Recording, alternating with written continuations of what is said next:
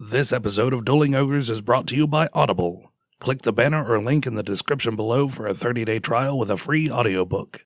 After your trial, Audible is just $14.95 per month with an additional free audiobook each month.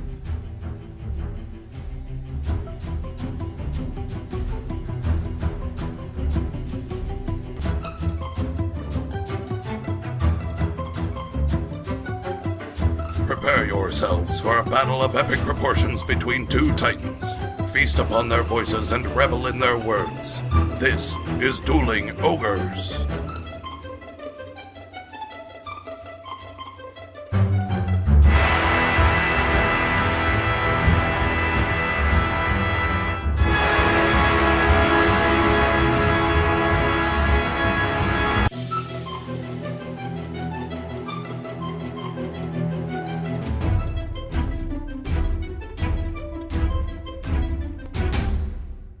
Hello, Ogres, and welcome to episode 179. Thank you for joining us, as always, on this. We didn't pick a word. Luxurious. We did luxurious. We did luxurious last week. Ass-chasey Wednesday evening. Earth date, whatever the fuck date it is, January 9th, 2019. Consummate professional, as always. I don't even know what's going on anymore. I'm your host, Remington Hitchcock. With me, as always, my co-host, Brandon Full. Say hello, Brandon. Hello, Remington. Steve fangirls and screams, woo.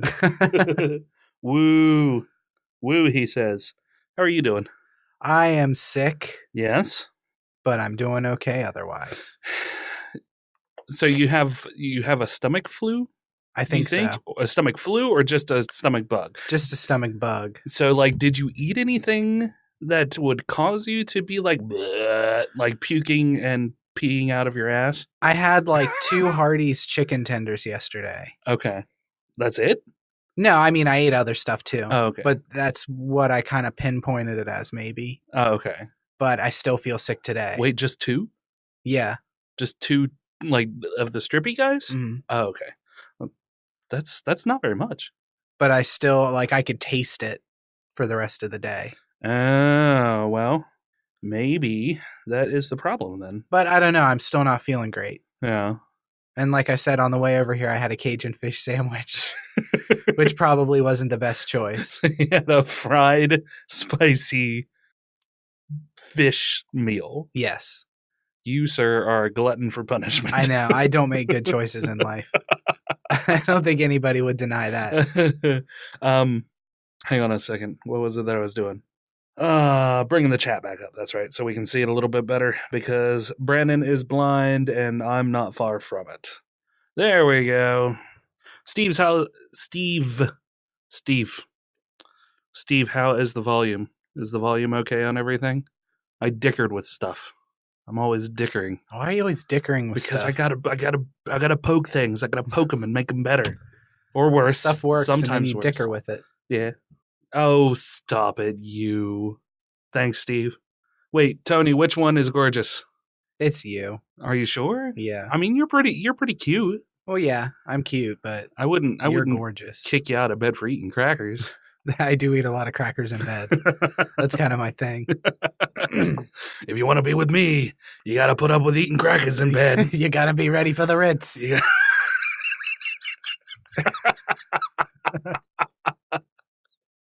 Oh, Brandon, you're really putting on the Ritz, aren't you?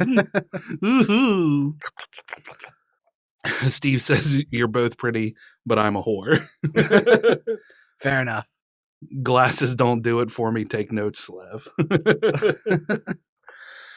Oh, so aside from being sick-ish today, what have you been up to this past week? Nothing really. I wish I had some exciting story to tell about things I've been doing. Yeah. But I have none. None? No. Zero whatsoever? I've been playing Pokemon.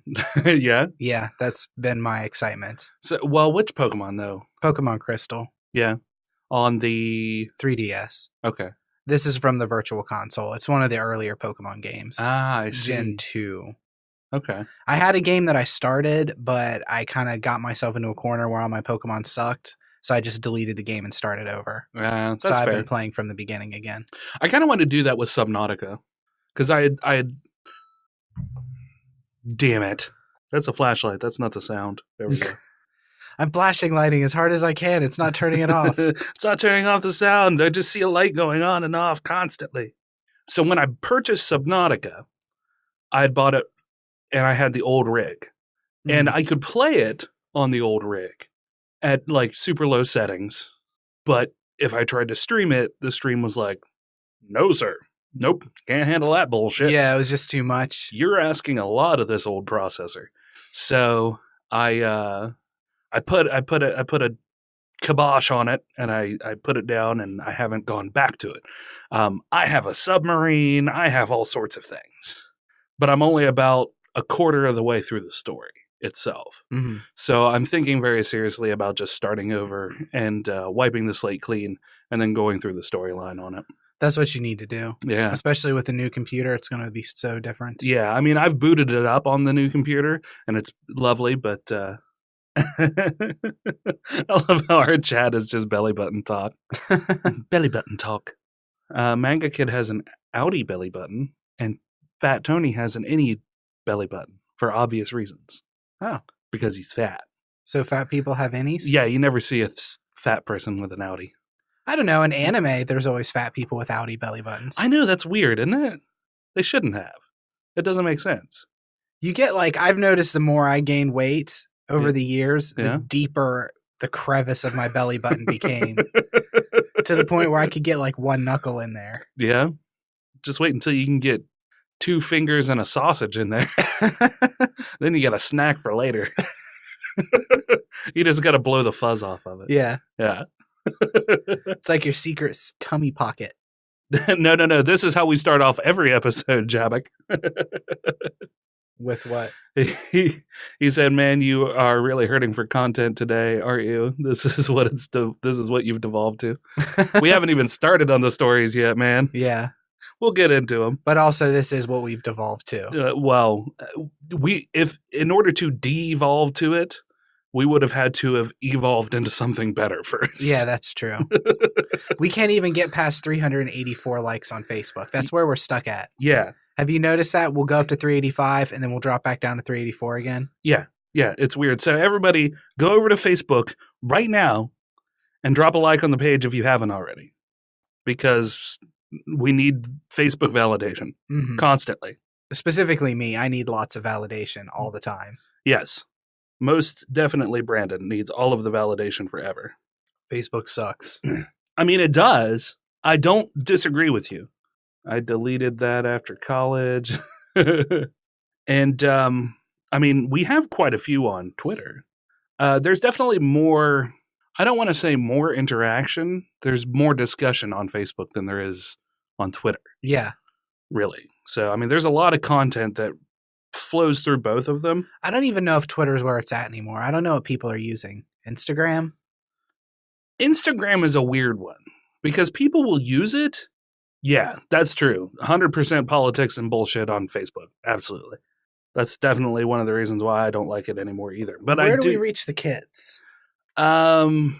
Kick?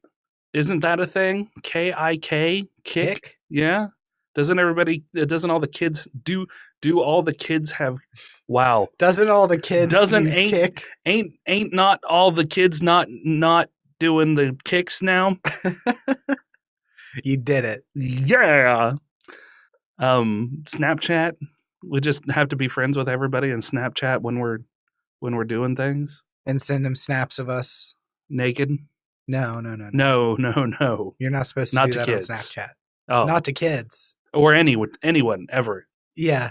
Especially not to kids. That's what my mom said. In Korea and the Philippines, it's popular. What, Kick or Snapchat? Or nudes. Nudes on Kick is popular in Korea and the Philippines. That's what I'm getting out of this. Kick. Snapchat was originally a dating app, apparently. Makes sense. Yeah, it does. But then the whole zeitgeist said we don't want penis pictures. We don't want dong pics. Yeah, but I mean, you get dong pics pretty much everywhere you go. Yeah, if you're a lady. Yeah. I don't get dong pics. Not nearly as often as I want to. Do you want some? I mean, I won't say no. You're just in your scientist robe, like, that's certainly a dong, all right. On a scale of 1 to 10, I rate this a 7. Oh, shit. So what have you been up to, Remington? Ooh, that's a good question. What have I been doing? It's been tough to keep track. I have really just been kind of sailing along day by day, which is pretty standard for me, but usually I can bring something a little. I just went to pick up my books for school. Yeah. So that was a thing that happened. And last night was a really rough night for me. I had a rough time waking up this morning and getting going, so that's why the podcast started a little later than I wanted it to. Before that, let's see here. I played a little bit of Overwatch last night with Pandemonium. Okay. Which was nice because he's the one who I had done a giveaway. I had a copy of Overwatch, and I did a giveaway during my 10-hour stream, and he won it. And I said, we'll have to get together and play. So we did that last night. Went through a few matches. It was fun. Got to play with somebody new and actually team up with people to play Overwatch. Yeah, I've heard Overwatch is a lot better when you're actually teaming up with people that you know. Yeah, for sure. I mean, he and I both still suck. And we were playing with two people who played it frequently and are at least decent. Yeah. And then anytime before that, really, I don't know. I've been doing this and that and bits and bobs and here and there's. I can't even keep track of what I'm doing. I've got so many plates spinning, but they're all like tiny little plates. Yeah. So like nothing is super important, but they're all just like balancing on my fingers and just spinning. Well, they're all tiny plates, but they're eventually going to cohese into a big plate. I hope so. That would be nice. Yeah. I'd like to have one big plate because too many tiny plates are hard to spin. Yeah, and what are you going to put on those? A chicken nugget? A French fry? That's ridiculous. I don't know. I envisioned them much smaller than that. Like a pea. Like pea-sized plates? Like a pea-sized plate. A single-serving pea. But I don't know. So, we've been talking about a lot of stuff between me and a few people for Lurk Squad stuff. I've been making some improvements on my stream. I have them turned off right now, but there's a total of 51 sound files now that have commands that you can play while I'm streaming. Christ. just a hodgepodge of different sounds. Like what? Do you have an example of one of the weird ones? I have one from Chris Farley. I have a couple of Chris Farley ones, and one of them is "Stop playing with your dinghy," just stuff like that. Yeah. So I mean, they're all over the place. And I made it's not on this one because I haven't changed the. There isn't one for penis, Tony. Sorry. Maybe one of these days. Maybe one of these days I'll put a penis up. No. It'll just be a gif of a penis. Yeah. But it's a 3D spinning thing of all of my communities. Mm-hmm. And that was fun to make. I actually made that on stream the other day. What'd you make it for? It's just a graphic. And it's each logo is on an invisible box, a 3D box.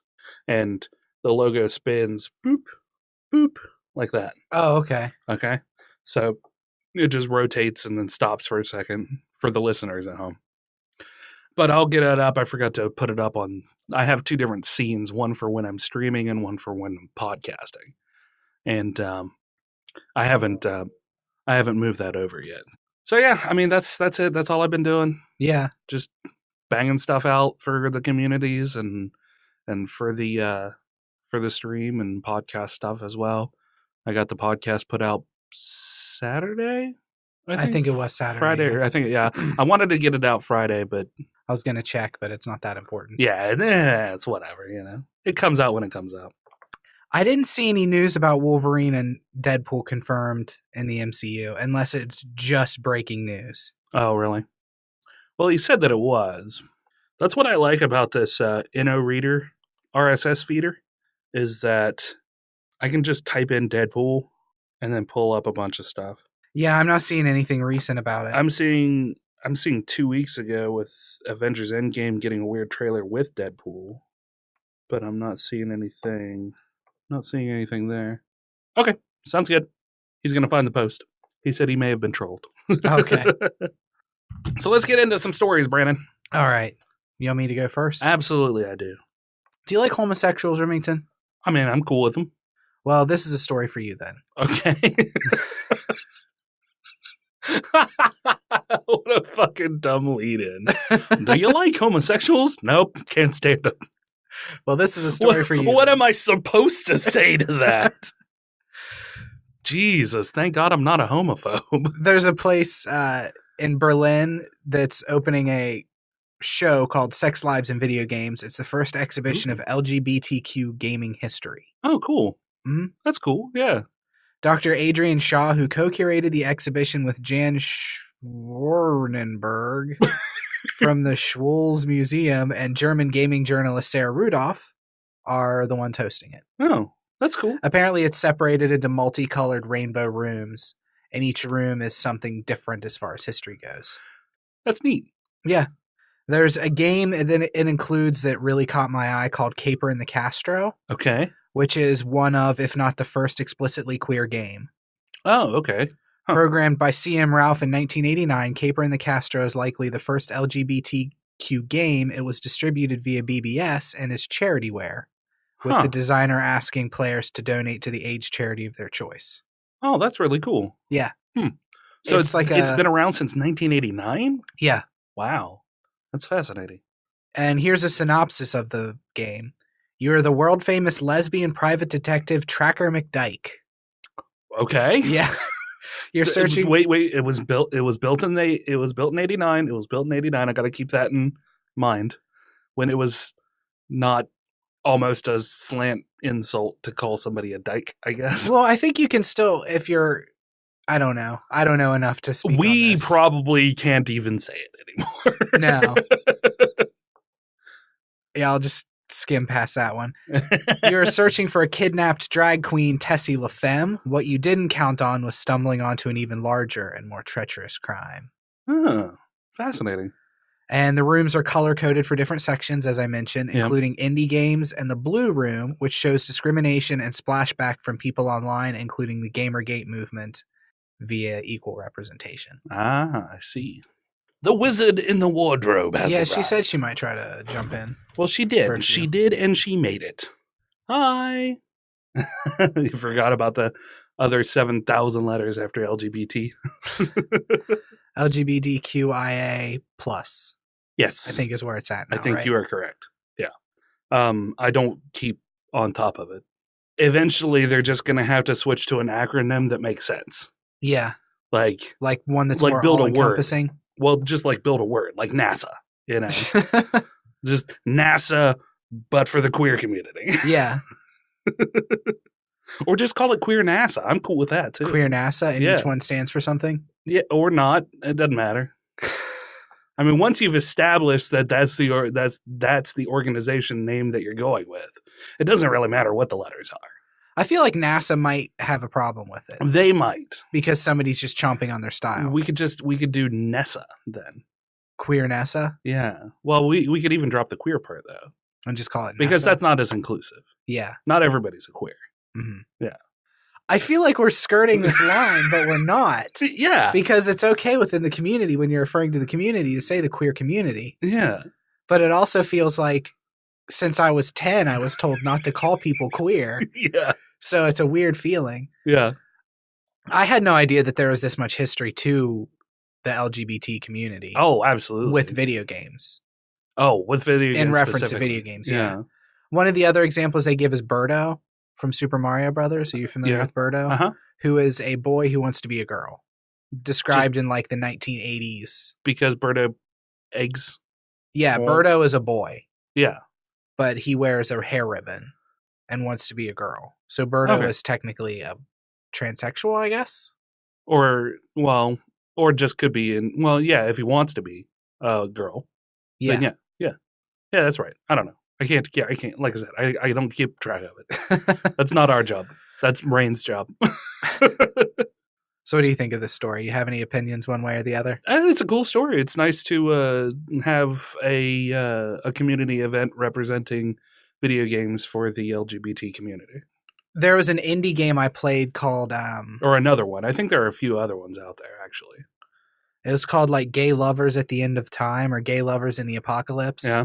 And it was crazy. You play it in browser. I wish I could remember the exact name because I'd send people to play it because it's a 10-second game. It literally takes 10 seconds. Oh, wow. Okay. And you are in a bunker with your gay lover, and there's a countdown, 10 seconds, and it's like just descriptions. Like they're looking you in the eyes and they say this to you. What do you want to do? And then it gives you like hug them, kiss them, tell them it's going to be okay. But you don't have time to read it. So you're just like, hug them, kiss them. What did they say? Boo. And then it's just like game over. The world has ended. Oh, wow. Yeah. It was really cool, though. I love those kind of indie games. Yeah, where it's just this real fast, like... Psh. Well, just stuff that's... I like a game that's different. I mean, you can play the same kind of game over and over again. You can play the same survival fucking... And I like Subnautica, but the same sort of Minecraft style, survive, build... Yeah. 7 Days to Die sort of thing. Mm-hmm. It's rare when you get a new game that has completely new mechanics. I wouldn't say rare, but it's rarer. Yeah. And I always enjoy those. Yeah, it's rare to find a game that isn't already playing off of somebody else's mechanics. Yeah. Even if the novelty wears off very quickly, which a lot of times it does, I still enjoy the time I spend with them. Yeah. So, I mentioned before that I didn't... I started looking up stories last night, and it was kind of late, and real brief aside, I've been smoking my pipe again, my wizard's pipe. Okay. And I have some filters that are supposed to go into the stem of a pipe, but they're a little thick for the stem on this particular pipe. Okay? Okay. So I found that I can actually cut them and trim them down because they're just basically wrapped up pieces of paper, and I can pull those outer layers off and I can slide the last bit into the pipe to help kind of filter it. Okay. It just basically keeps pieces of tobacco from coming up the stem. Yeah. Okay? Con about this is that pipe tobacco is kind of moist, so moisture will collect in the bottom of the bowl. Okay? Okay. And it wicks up into that filter. Well, I found that if I push that filter up too far, it will get stuck. So I got a filter stuck in there. And I have spent the past few days trying to figure out a way to clean it out from that stem. So for the viewers here, that is the stem for the pipe. And it's very long. It's like 14 inches long. Mm-hmm. And it's got a curve in it. So you can't just run something straight through it. You have to get something that has a little bit of bend to it, a little bit of play. Right. I had a piece of, just a piece of metal wire. It's like a real thick gauge wire. I tried that at first. I couldn't get it slid through. I guess this isn't exactly a quick aside. Sorry. I had some cable in the garage, like, just cable that you would tie out a dog or something like that. Yeah. I had some of that. I had to cut it, and then I had to unwind it to get a piece small enough but sturdy enough to run through the pipe in order to clean it out. So that's what I did last night while I was looking for articles. While I was looking for articles, there was just next to nothing that caught my eye, that jumped out at me. Yeah. And I spent a ton of time cleaning this thing out because it was not an easy task. So anyway, I did, at least while I was trying to get all of the other things done, find some stories. The first one that I have, so you'll have to bear with me because I haven't had a chance to really read through them, but these are the titles that kind of caught my eye. So you were too busy screwing around with a pipe to get any stories. Yeah. Is what you're saying. Yeah.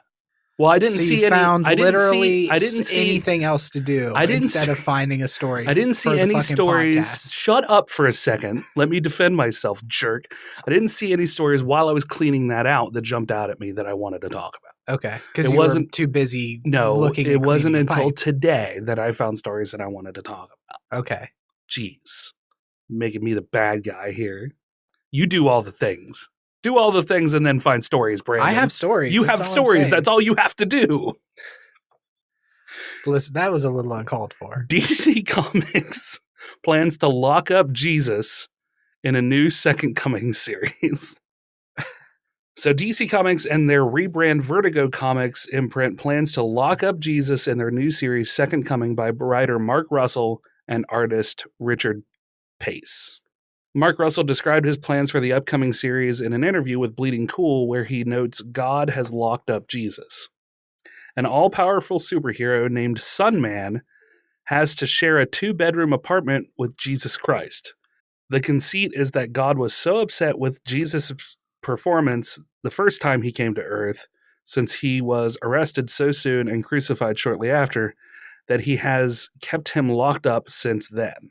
So God is being a dickhead. I guess. He's being Old Testament asshole God. Yeah, I guess. Russell goes on to add that God wants Jesus to be more like Sunman. Quote, God then sees this superhero on Earth a few thousand years later and says, that's what I wanted for you. He sends Jesus down to learn from this superhero, and they end up learning from each other. They learn the limitations of each other's approach to the world and its problems. However, Russell does indicate that Jesus might be the one doing more of the teaching. Sunman has to deal with things like his grandmother succumbing to dementia, or that he can't adopt because he's technically not a human being, and his wife wants a baby. There are the sorts of problems that superpowers are utterly helpless against. Jesus brings this very different view on how power can be used. So is it a Christian comic?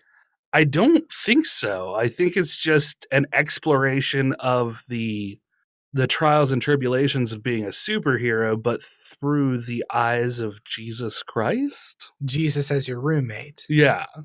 Okay, so I think I love the idea. Uh-huh. I think I do. I love the picture especially. Yeah. So let me switch over to the picture real quick here. What the picture is for the listeners is Sunman and Jesus standing shoulder to shoulder. Sunman has a man in a headlock while Jesus is arguably shoving a loaf of bread into a man's mouth. And they're looking at each other like, oh, is that how it's done? All right, so there we go for the viewers. I mean, there's a little bit of forcefulness to that Jesus bread shove, right? Or am I reading too much into it? I don't know. I mean, he looks confused. Yeah, more than anything else. It's a super questionable panel.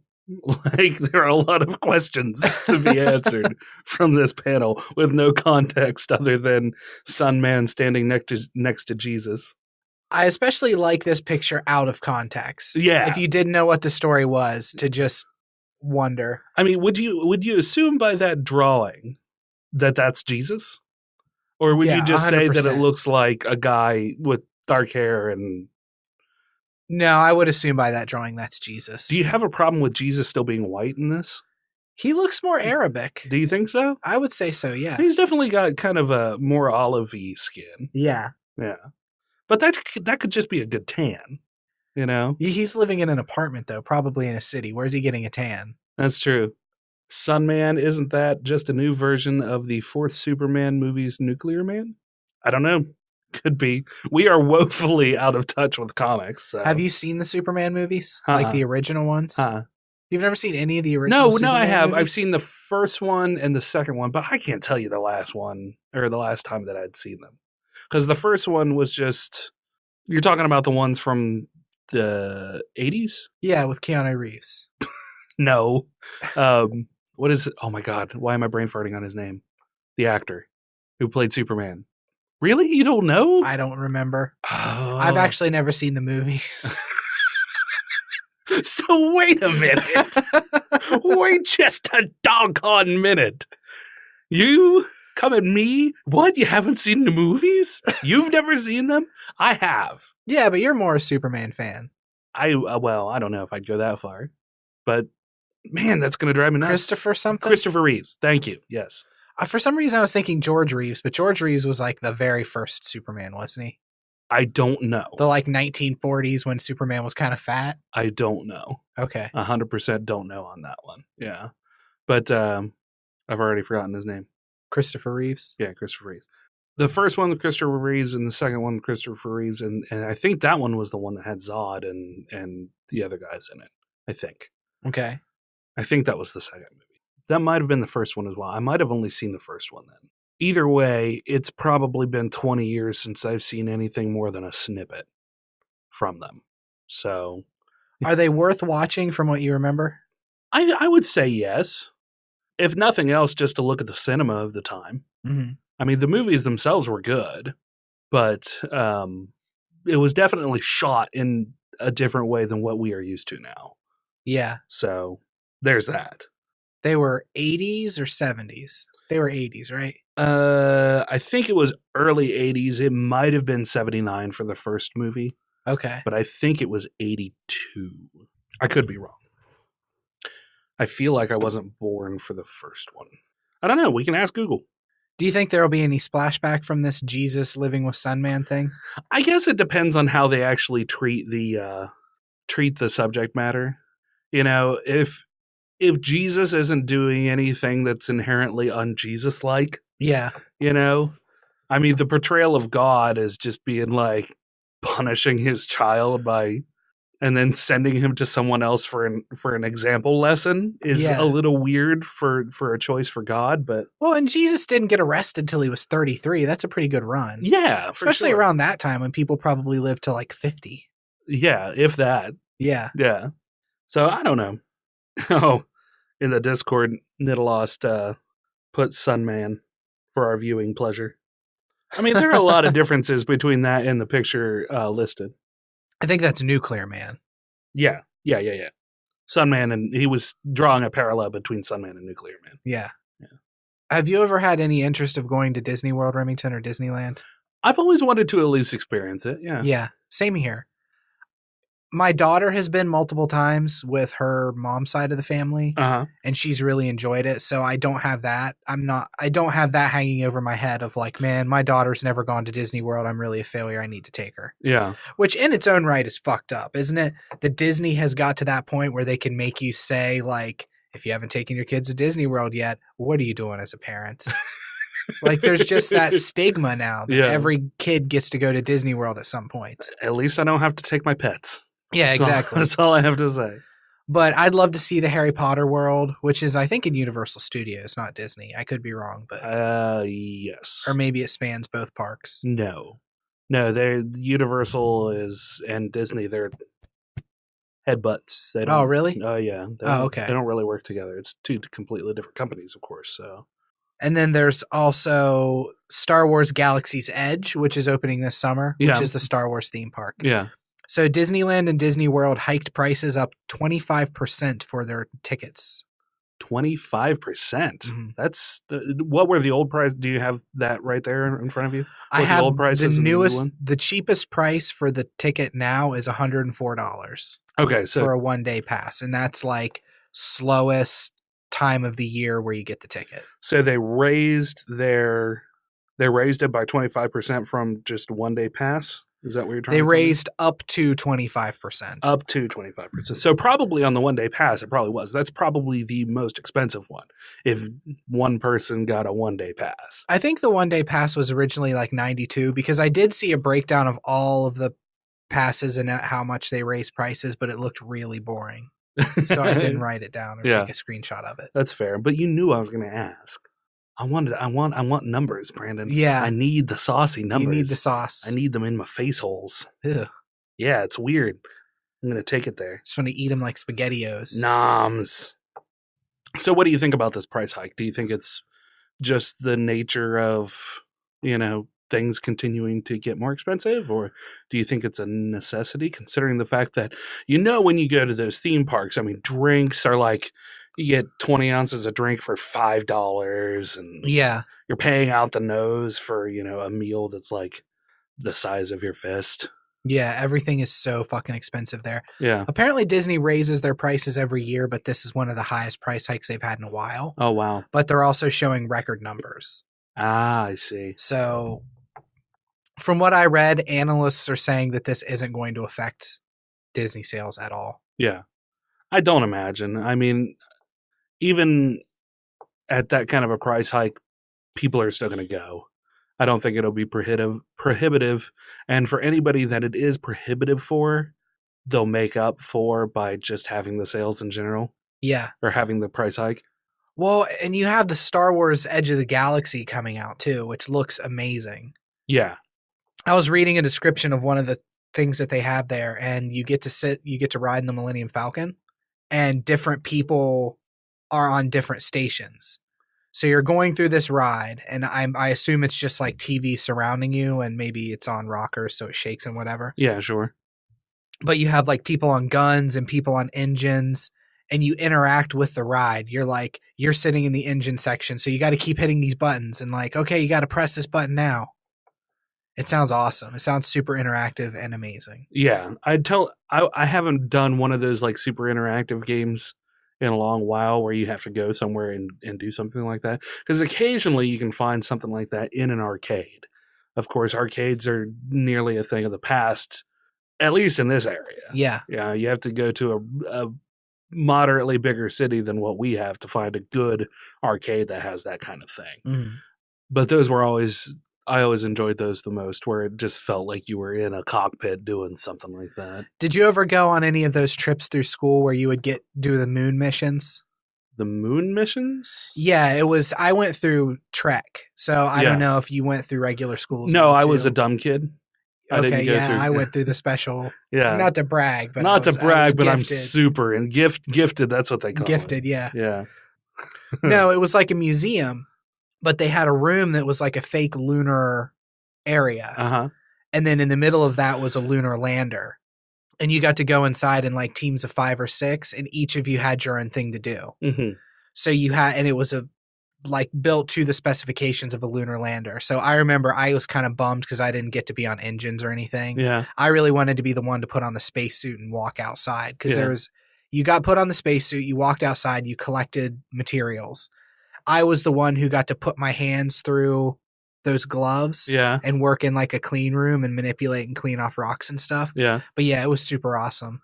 It sticks with me. There was like so many buttons everywhere to flip, and it was cool. That does sound fun. And every one of those buttons does something. Like, how close, do you remember how close of a mock-up it was to a lunar lander?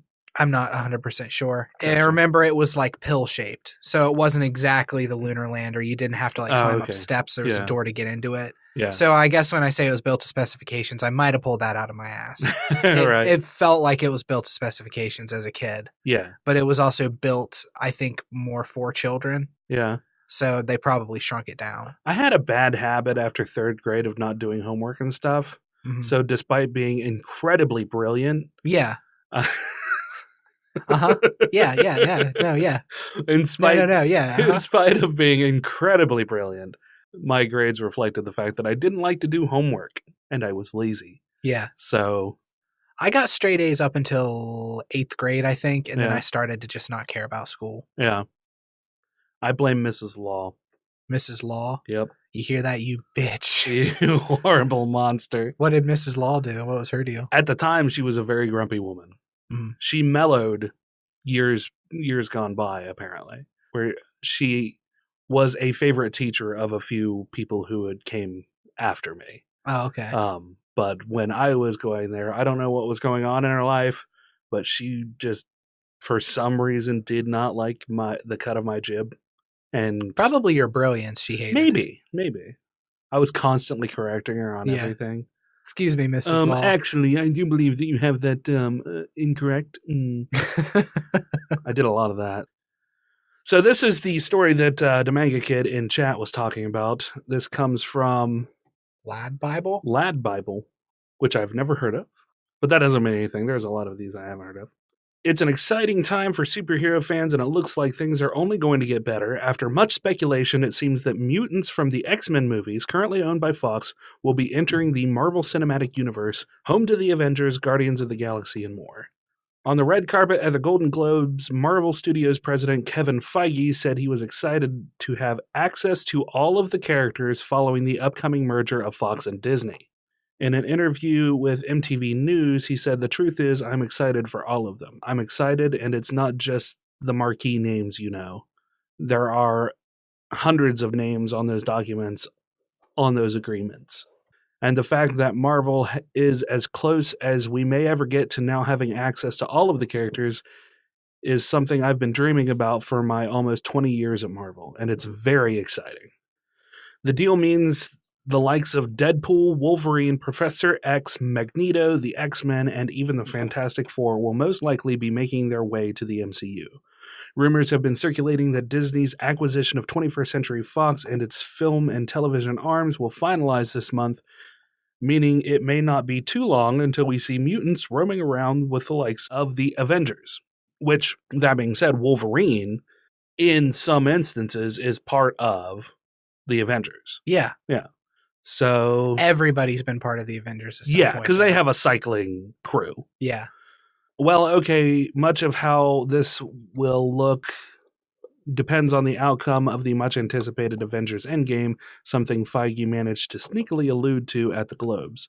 While on the red carpet, he revealed the title of the hotly anticipated film had its title long before the trailer dropped in December. Speaking to MTV on the red carpet, Feige was asked when the title came about, and he said it was in place before we started developing the movie. The eagle-eyed of you may have noticed Doctor Strange saying Endgame in the previous film Infinity War, which it now appears was put into the movie to plant seeds in the audience's imagination ahead of the sequel.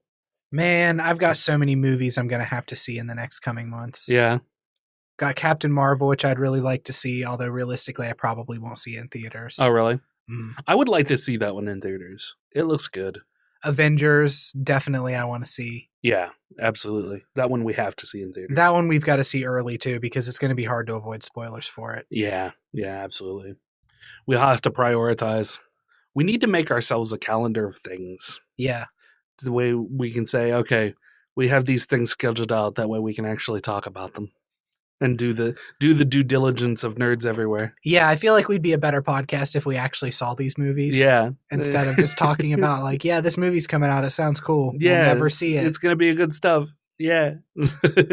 Thank you so much, Mega Kid, for the link. That is pretty exciting. I mean, we knew that there was the possibility of this happening anyway, because Fox's purchase of, or Disney's purchase of Fox.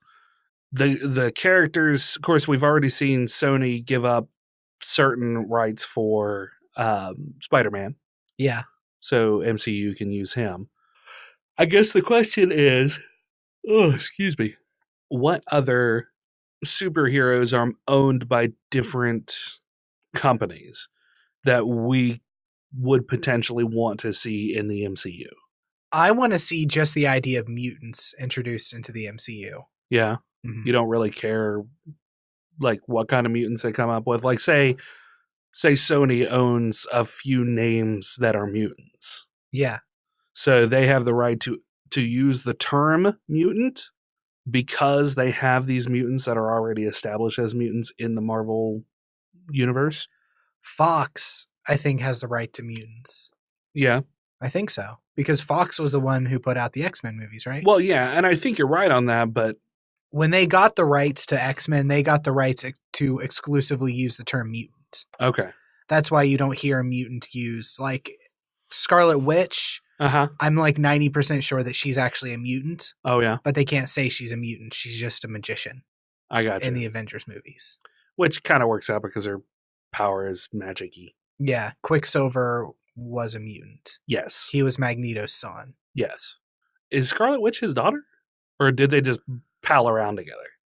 They were brother and sister, I believe. Okay, that's what I thought. I'm so bad with all of the... Yeah, they refer to them as enhancers. Oh, okay. Yeah, I think the Fantastic Four would be cool to see. I never saw the last Fantastic Four movie, the one that was kind of critically panned. Yeah, for sure. I own it. The one that didn't take off until the last 20 minutes of the movie, apparently. Yeah. Yeah. I own it. I have it. I downloaded it. I've just never wanted to spend the time to watch a shitty movie for 2 hours, you know? Right, yeah. Again, that would be something that would be fun for you and I to do. Yeah. Yeah, Silver Surfer. Manga Kid mentioned Silver Surfer. That would be cool to see. Yeah, absolutely. We'd get to have that dynamic between him and Colossus. Or not Colossus. Galactus? Galactus, yeah. Yeah. I brain farted for a second. Colossus is a mutant, correct? Correct. Yeah, who's the silver one in Deadpool? Is that Colossus? Yeah, that's Colossus. Yeah, okay. My brain, it's still not firing on all cylinders. I'm sorry. Yeah, Doctor Doom movie Manga Kid mentions too. Oh, yeah. Oh, you know who I would like to see explored, and this isn't Marvel. Oh, crap, what is his name? Bill Clinton. Darkseid. Oh, Darkseid. Yeah. Well, I was way off. I really want to see Darkseid explored in a movie. Yeah. I don't know a lot about his earlier story, but I remember reading, because he was in Kingdom Come, right? But he was on his own planet, and he had basically retired from being a bad guy. Okay. I feel like, and I think if I remember right, it's been a while since I've read Kingdom Come, but I think Superman goes to visit him to ask for advice or something like that, or somebody goes to ask him for advice, and I don't know. I just kind of like to see the whole dynamic of that. Darkseid was hinted in the Justice League movie. Oh, was he? Mm-hmm. Or in Batman v Superman, Darkseid was hinted. Ah, okay. I haven't seen any of those yet. So. Yeah. I need to let you borrow those. Not that you really have time to watch movies anymore, but I need to let you borrow them to watch some of them. I just need to sit down and prioritize watching them. Like, as long as I put them on my itinerary, yeah, then I can get them done. Yeah, I'm hoping that at the end of Endgame, we see a character from the Fox acquisition that we won't expect to see. Well, Wolverine. There's still talk about... Yeah, that's a rumor still. Yeah. But to just like... But this almost adds credence to that rumor. We talked about this last week. Yeah. I think I said that even just to mention the word mutant would be awesome to see at the end of Endgame. Yeah, for sure. And I think that's exciting that we're finally getting all of these kind of companies to work together, either by, creating deals to where you can use these characters, or, Disney just gobbling up companies because they are a crazy, scary powerhouse. Either or. Yeah. Yeah. So you know how whenever you see a cute animal, Remington, you want to just squeeze it till it poops? Yeah. That is apparently something called cute aggression. I was actually trying to decide on whether or not I wanted to go darker than that.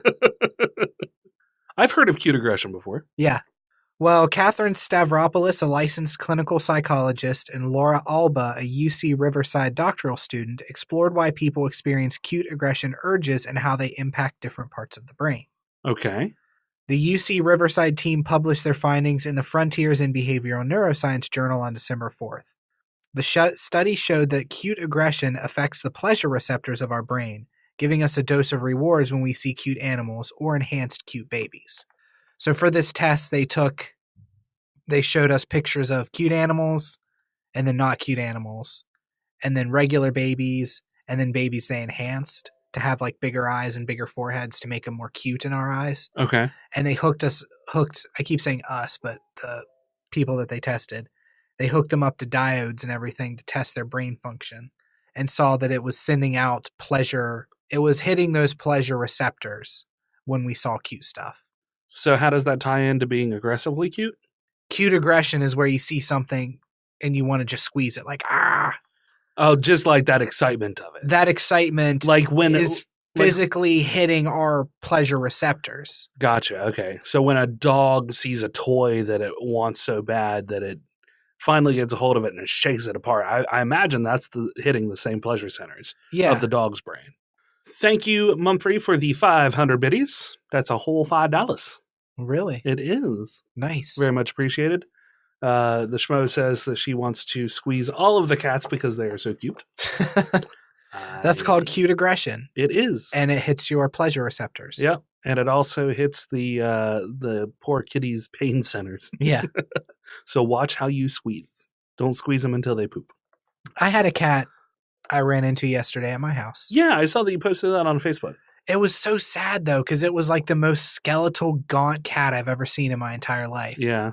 And it was just standing outside of my apartment door. I walked up the stairs because I live on the second floor. And there's this cat there just like meowing, this weird like meow, meow, like this weird fucking meow at me. So I try to, do the typical thing like, come here, buddy. Yeah. Like one of those things. And it like, didn't fuck you. No, it didn't run for me at all. Oh, really? It was like immediately doing the figure 8 around my feet. So I sat down and I had got Hardee's, like I mentioned. Yeah. That's why I only had 2 chicken tenders, because I'd taken the rest of them and like I stripped the fried part off and was giving the cat the chicken inside. Yeah, that's good. And we just sat and ate, and then it crawled up on my lap and fell asleep. Aww. Yeah, it was pretty adorable. But yeah, I didn't know what to do with the cat at all. Like, I wanted to take it in, but I can't have cats. Yeah. I can't have any pets in my apartment. Plus, I'm super allergic to cats and dogs. Mostly cats, but dogs a little bit too. Yeah. I mean, there's only so much that you can do, especially considering how tied your hands are. Yeah. So what should I do in that situation? Just give it the food that I wanted? Because then I went inside. It kept trying to come inside with me. Yeah. It was shivering when I was petting it. Like I said, it was so skeletal almost. Mm-hmm. Not to bring the podcast down, I guess. But well, there are a lot of things you can do. The long and short of it is if you take it to the Humane Society, they'll try to home it, but he may end up just being put down. Yeah. If you don't mind having an outside cat, you can always build it a little shelter to put outside of your door. Yeah. And I don't know what your landlord would think about that because it's a stray. There's a lot of money that could be spent on it. Mm. You could buy cat food. You could actually take it to one of the vets and just be like, this is a stray, and while I can't actually have it and home it, I wouldn't mind, deworming it and, treating it for fleas or at least giving it a little bit of a little spa day, little quality of life, Yeah. A little quality of life thing. You could even potentially pay to have it spayed or neutered, depending on what it is, just so it doesn't, make more babies that have to live in potential misery. Yeah. So, Brandon, you've heard of Sea of Thieves, right? Yeah. Have you actually played any of it? I was in the beta. Were you? So okay. I played some in the beta. What did you think of it? I enjoyed what I played of it. Yeah. I didn't pick it up when it came out, though. I didn't enjoy it enough to put down $60 for it. It seemed like a lot of people had jumped into it and they weren't super impressed by it. They tended to get bored pretty quickly. Yeah. And I can kind of see where that's happening. I just recently purchased it, but it is a lot better to play with friends. Yeah, absolutely. So, it is one of those games where you need friends to really get the whole thing out of it. Well, the people who made Ark are apparently planning to release a pirate MMO. Really? Yes. Atlas is what it's called, is a pirate MMO where players run the seas.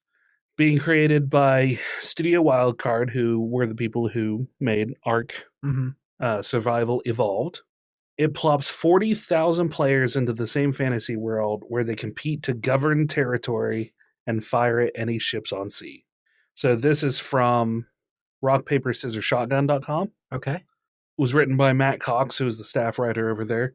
He says, I spoke to project director, lead programmer Jeremy Steiglitz and creative director Jesse Rapzak over Skype. We chatted about singing to stave off boredom on voyages, player politicking, ship combat as a team sports game, and a plan to save every player before they die of old age. So this is all like a full conversation, it seems like, where they talk about the game. So I'm just going to kind of hit some beats of it. Okay. So one of the questions asked, so you're making a pirate MMO. Why will it be better than Sea of Thieves? So rock, paper, scissors, shotgun goes right for the throat. Goes straight for it. Yeah. Jeremy laughs. How will it not be better than Sea of Thieves? Throwing shade early, right? Is the more accurate question. I'm sorry, that's not the answer. Just kidding. So first off, I wanted to say, having played Sea of Thieves, I really enjoy the mechanics that it has. Ultimately, Atlas is this huge open world MMO game, while Sea of Thieves is more of an instanced session-based action game. So that's something that I noticed while I was playing it. Like, I thought that there was going to be a little bit of storyline, but it's really just you go in, you play, and then when you log back out, everything resets. Yeah, it's a make your own story kind of game. Yeah, so as long as you play is as far as you will get in the game. Mm-hmm. And then you shut it down and you lose whatever, except for I think you keep your pirate. I think you keep your pirate and maybe the gear that he has. Yeah. But other than that, or the gear that you've unlocked, I don't know for sure. I've only played it once. Okay, I think you keep your gold and stuff.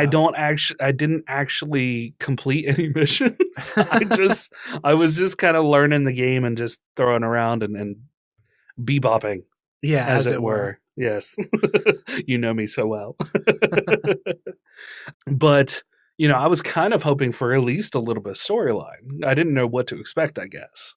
But I did get it because I wanted to play with some of the people in the communities. So, and I always wanted to be a pirate. Yeah. Why not? Who doesn't? Yeah. So with Atlas, we really tried to take a global look at what the age of sail meant to humanity. Not just, hey, I got a pirate ship and there's cannons on it. We tried to the best of our ability, even at early access day one, to represent every aspect of that era. In a fantasy setting, of course. When I say every aspect, I mean things like fort building, creature taming and transportation, exotic resource transportation, trade, merchant ships, trade routes, territory claiming, taxation, crew hiring, mutinies, and, the full gamut of fantasy crap, too. Ghost ships and demons and stuff, treasure maps, spheres of influence, player versus player conflicts on a large scale. Our design mantra is, and we're not there yet, but it's, if you think you could do it in that era, we want you to be able to. That includes executing people with a guillotine or a noose or a gibbet, which I don't know what a gibbet is. I'm not sure what that is either. I don't know why that randomly came to mind, but it did. So it's a pretty, they have both of them giving some pretty long answers there. But what do you think just from that first little snippet so far and some of the pictures that we're seeing? In fact, let me go ahead and switch it over for the viewers. Anybody who is listening, they can pop over to, or they can pop into the show notes there and see this. But what do you think as we kind of scroll through the pictures? I mean, it looks beautiful. It sounds like a really exciting idea. Yeah. My problem is that Arc really dropped the ball for me. I know that Arc is pretty popular and a lot of people play Arc still. Yeah, it seems like it's regaining some popularity. It is too. buggy as shit. Yeah. And I've noticed it's that. still in like beta, I think. Uh-huh. But there's just certain stuff that they've never fixed. Yeah. Some of this stuff, like here's a picture of them, like a first person view of fisticuffs. And I mean, that looks pretty as far as the concept goes. Oh yeah, it looks amazing. I've seen some people playing Arc and wasn't super impressed with the way that it looked. Yeah, I mean, Arc is a fun game, don't get me wrong. I've spent a pretty decent amount of time on the Xbox One. I've uninstalled it now because the game file's fucking huge and the updates for it are gigantic. But I mean, Arc is fun. Punching out a dodo bird just to feed it berries so you have a pet dodo is pretty fun. There are plenty of interesting things to do when you're not in combat, and when you are in combat, it really boils down to whatever the heck you want that's physically possible. So you can grapple onto the enemy ship if it's going slowly enough. You can try to swim up to it and climb on if you're really clever and sneaky. You can bail out the water on your ship by using a bucket when you start sinking while words are hard.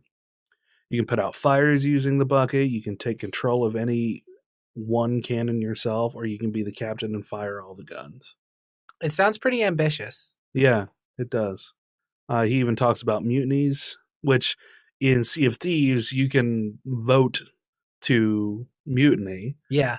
Or to put somebody in your brig if they aren't, because the point is to kind of create a crew, and you can pull randoms in for it. And if they're just fucking with you, you can actually vote to put them in the brig.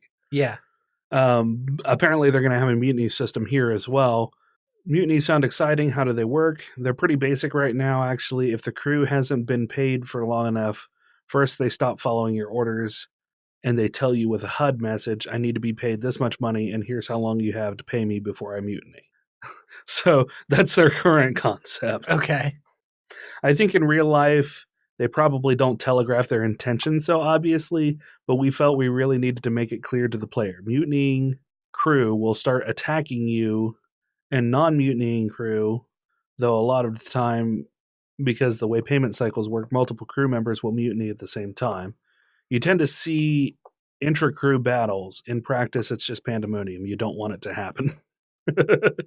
So they also have an aging system where the character will eventually grow old and die. Jeremy goes on to say that it's kind of almost a stub right now, you might say.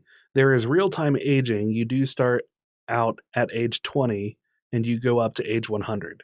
It does affect your visuals. You go all wrinkly and your hair turns white. When you say real-time aging, RPS asks, I mean that it's happening whether you're playing or not. So even if you're not logged into your character is getting older. It's not actually going to take 100 years. I believe we have it set to take about 3 months to go through the entire aging cycle, and it's just an aesthetic change right now, but it's a very amusing one, mind you. In the future, it will affect statistical debuffs and buffs as you get older. We also want you to die if you reach 100. However, there will be ways to cheat death. There will be fountains of youth randomly appearing for days at a time. They're in one place and poof, they vanish and they're somewhere else. So players don't gather in one place. It'll be like, hey, where's the fountain of youth this week? Kind of thing. And players will have to travel all over the world. Maybe that will lead to some interesting conflicts. We may also have some creatures that guard them. So what do you think of that? I think it all sounds fantastic. Yeah. It all sounds like something I'd be behind for sure. Yeah. As long as as long as they fix whatever bugs instead of like Ark where you just have these kind of these persistent bugs. Yeah, exactly. Anybody doing an MMOs are so ambitious creatively and logistically. Yeah. That a studio like Studio Wildcard taking it on means that this thing's probably going to be in the works for quite a while. Yeah. Yeah. You don't think that they could just base it off of current engines that they have and then just fine tune it? Oh, I'm sure they would, but Ark isn't an MMO. I wouldn't consider Ark an MMO. Oh, yeah. Mm-hmm. That's true. Well, maybe. I don't know. I think MMO more in like the WoW style. Yeah. Yeah. Than what Ark is, which is kind of an instance scenario. I mean, you don't have 40,000 players on an Ark server. True. You have however many people can be supported. Kobold Press, are you familiar with them? I have heard of them, yes. They release D&D supplements, and I think supplements for other role-playing games as well, but I know they definitely do D&D stuff. They released a new supplement that adds over 20 new spells, new madness rules, and magic tomes inspired by the Cthulhu mythos. And this is for what? Oh, 5e. For 5e? Okay. This is for Warlock specifically. Oh, wow. Yeah. So Ginger might be something she's interested in next time we make a character. Yeah, for sure. It's called Deep Magic Mythos Magic, which is a little redundant as far as the name goes. They could have named that a little bit better, I feel like. Yeah. Deep Magic Mythos Magic. It sounds like a name that was made up by a nerd and not by somebody who's in marketing. Yeah. So what are you going to call it?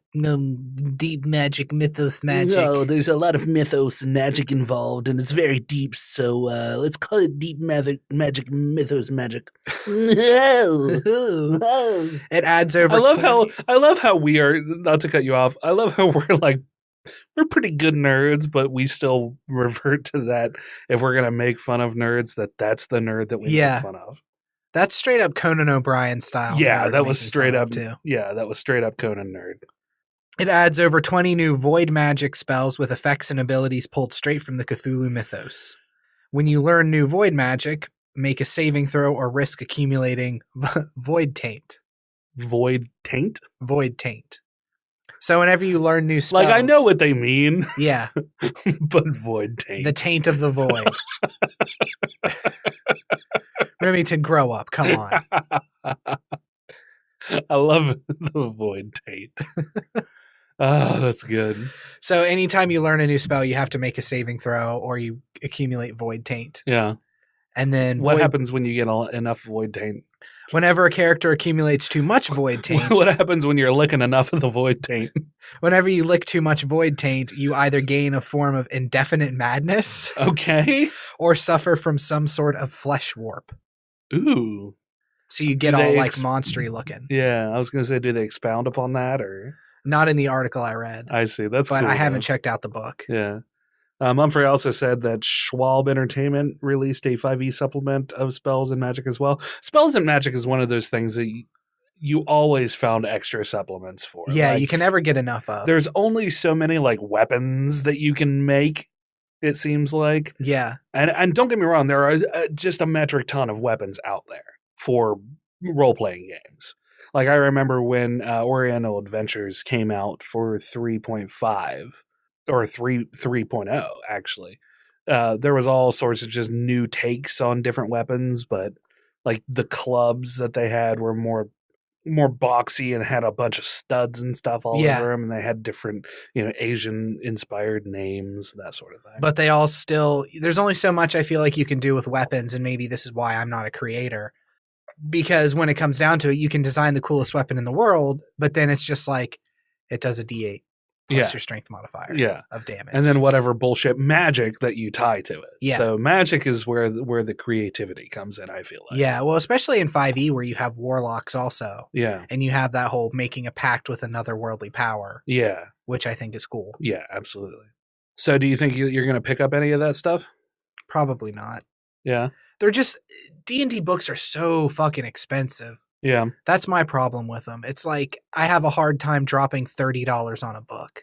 Yeah, I understand. Which is hypocritical of me because I'll spend $30 on a video game. Yeah. But $30 on like a D&D supplemental rule book, they're big. I don't have a lot of room for them in my apartment. Yeah. Other excuses I'm making up right now. Sure, right. Humble Bundle had just recently had a... I think it just ended, or if it didn't end, it's very close to ending. Yeah, I'm looking to see right now. Python, 2x early unlock, dead class.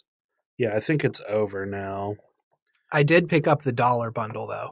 I picked up the $15 one. Oh, did you? So I actually have access. You to have all the maps and stuff. Yeah, I have everything. So if you need a hookup, you just let me know. Cool. Yeah. Yeah.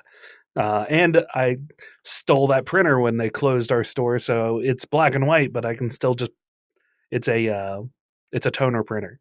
Oh, nice. So you can just print forever. I can print forever. Yeah, I have out of that Humble Bundle, I am going to start running a module for you guys probably here in the next couple of weeks. Yeah. After we wrap up the political stuff we're doing right now, I'm just going to throw you guys into this module. That's awesome. I was reading it and it sounds really cool, so. Cool. I can't wait for that. All right, I think that's going to wrap us up for this week. Yep. If you all have any questions or comments, or you'd like to hear yourself on air, you can call our phone number, even live. While we're live, if you see the phone number pop up and you want to chime in, you can call us at 978 DU-OGRES. That's 978-386-4737. You can also reach us on Twitter at Dueling Ogres. Email us at duelingogres@gmail.com or leave a comment on our Facebook page like these nice people. Brandon, go! It would have been more effective if I'd been ready to go, right, when you said Brandon, go. Yeah, it would have been, but that's fine. Okay, so we had 2 comments this week. The first one is from the Diamond Man, Stephen Hines. The Diamond Man. Who commented and said, I need to get that Beastie Boys book. They had me with the Black Flag worship. Also, I may or may not have indulged in a yeet of crack while watching women's panties fall off during this episode. And also, thank you, Joel, for commenting on it as well, and or commenting on Stephen Hines' post and saying that it was a really good listen. I don't know if you listened to it. He said it's a great book, very in-depth. He didn't say if he read it or listened to it. Okay, yeah. So, but if you want to listen to it, it's on Audible. We can put a link in the description below again if we want. Let's do it. I might just do that. P.S. I didn't think Luke was whiny in Last Jedi. He was definitely bitter and jaded, though. Great point about almost killing young Kylo. Yeah. And that plays to the fact that I'd only seen, bits and snippets. I haven't actually seen the movie. So maybe he just does come off more jaded and less whiny. Yeah, he does. Jaded is a better word for it than whiny. Yeah. He's but the snippets, I would use the word obstinate. And that is something that I would see from somebody who is really young, which is why I kind of went with whiny instead of obstinate, because I'm not smart and don't think of good words. But yeah, obstinate would definitely be a better word. Mm-hmm. It just, I don't know. It feels like you would, that is the kind of action that you would see from somebody who is much younger and being obstinate. But I guess, if he's starting to get old and senile and doesn't like change, like all of us old people. Well, he's not that old and senile. He's not like forgetting where he put his lightsaber and shit. Well, yes, he did. He just threw it off of the fucking cliff. Where did I put my lightsaber? And then we also had He just pitches it. Like, I don't think I fully realized that, because at the end of what was Force Awakens. Force Awakens, she hands him the lightsaber, and then apparently he just pitches it. He just throws it behind him. Yeah, like what a dick move. Yeah, she gets it. I mean, that's the lightsaber she uses. But he just tosses it behind him and walks off. Yeah, no, I don't even like Yeah, it. it's not the Luke Skywalker that I enjoy. I don't even like it. Drives me nuts. Okay. Our other comment was from Viscount Terry W. Irvin II, who says, Brandon, maybe the online exchange while watching New Year's Eve events with the Wizard in the Wardrobe will evolve into a sort of tradition. Yeah. Sure. It's better than sitting in my underwear cuddling a dog, I feel like. I mean, whatever, man. Rim, thumbs up for helping the tech challenge Shriners old dudes. Yep, not a problem. Unexpected Star Wars D&D crossover commentary with Mace Windu's determined alignment. A smiley face. Yeah, we got to tie D&D into it somehow. About as much and as often as we can. Yes, absolutely. Make sure to subscribe on our website, duelingogres.com, for news shows and articles pertaining to some of your favorite geek news. I almost sounded potentially racist there for a second. Yeah. You said geek. I did. I said geek. And finally, be sure to find us on YouTube, iHeartRadio, anywhere else you can find a podcast, Spotify, maybe. I still didn't find us on Pandora yet. Okay, I'll have to check into that. Yeah, I keep trying to look to see if we pop up, but I don't know if you have to like sign up somewhere to get on it or not. Probably. I'll look into it though. Okay. Or go over to iTunes if you're one of those users. Yeah. I don't know. I would never personally, but yeah, if you're an Apple user, go over to iTunes and give us a 5-star review. Yeah, it helps to boost us higher on the cool kids list. It does. And leave an actual comment too, if you don't mind. Yeah. Like the 5 stars are nice, but I also want to know that we connected with you on a personal level. But if you don't want to leave a comment, do leave the 5-star reviews because that helps. Yeah. But leave a comment too. I want to touch you with your words. Yeah, Remington's I want very you to touch visceral. me with your words. I want your words in me. Alrighty. This is the point where I would cut you off and go, so until next week, Ogres. So until next week, Ogres, keep your clubs blunt. And your tusks sharp. Good night.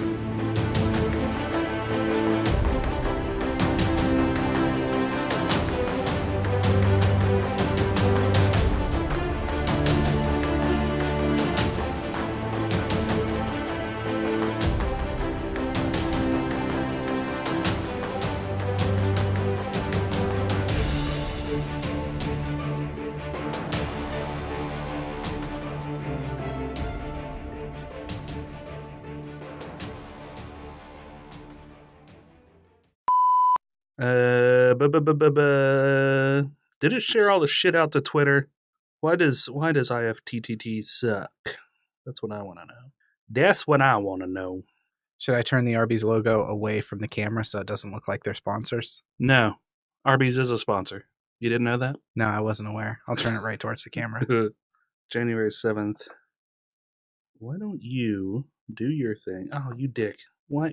Stop everything. Why? I'm glad we were prepared to start this episode, Remington. Listen, Brandon, I fucking got going as quickly as I humanly could. Man, I did it in record time. You did do it in record time. It was like 10 minutes. In record time. I have no idea what I'm going to talk about, but I did it in record time. I have an interesting story for you. Once upon a time, I have a belly button. The end. I wish I had a belly button. I am here, ready for the content. Then you came to the wrong place. Yeah. I don't know. I have content. Yeah? That's good. Yeah,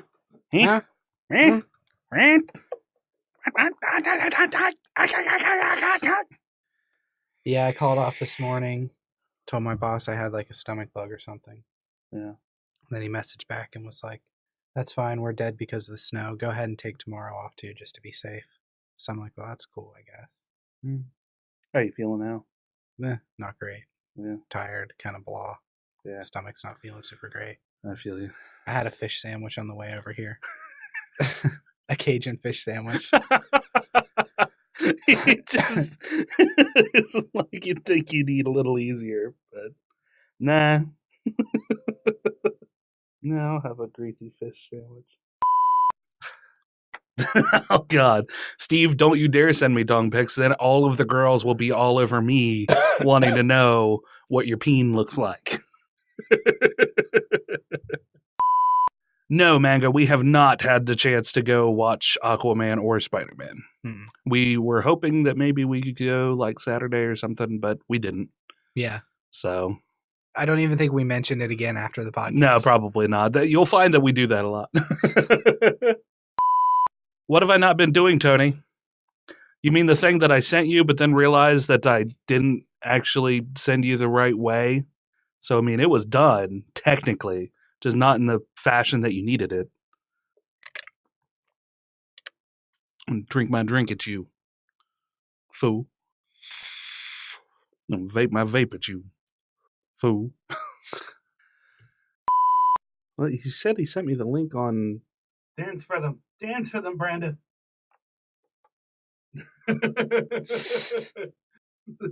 Less dancing and more gyrating, I guess. And even that That's something I've always wished I could do. I wish I could be a dancer. Yeah?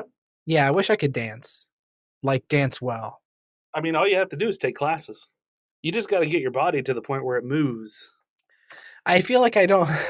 I feel like I don't have much rhythm. Which is weird because I'm a bass player and I play bass pretty well. So I can keep rhythm. Yeah.